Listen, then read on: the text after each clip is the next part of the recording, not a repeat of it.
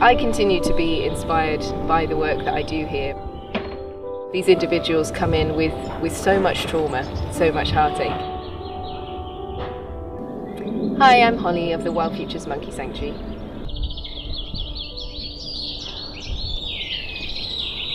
The house we can see was built in 1854, and it was a sort of family estate and was bought in 1964 by Leonard Williams, and he moved down here with his family along with 5 or 6 rescued woolly monkeys who had been part of the pet trade.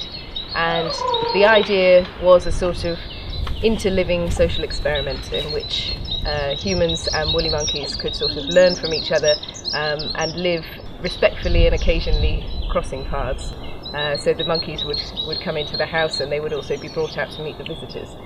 Even those original woolly monkeys, some of them did have social problems and psychological damage from having been torn away from their families at a young age and kept as pets.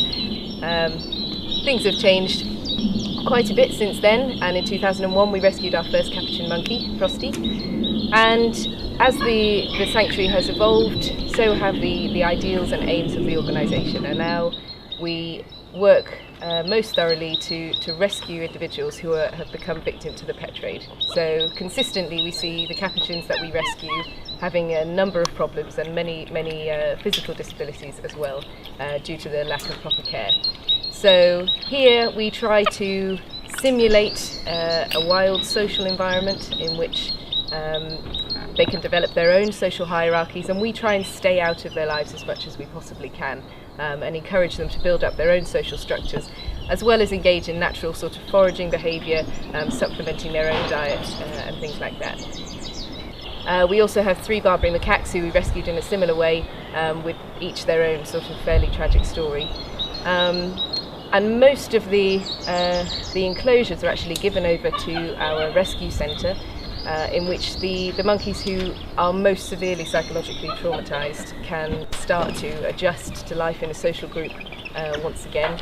We're on the cusp of rescuing another individual who we hope fairly soon to be able to socialise with one of the existing groups.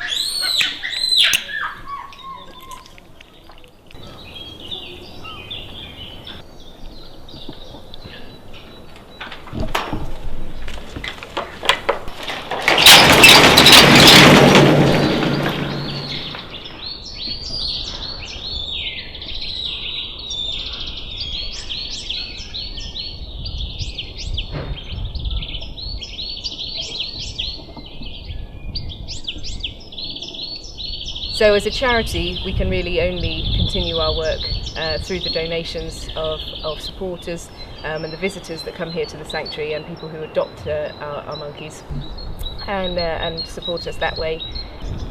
All 3 species are incredibly complex in the way that they relate to one another, and it's a pleasure basically to watch them develop their social skills again and start to fulfill a slightly wildish life here compared to the really warped behaviour that they've been encouraged to display as the pets of humans.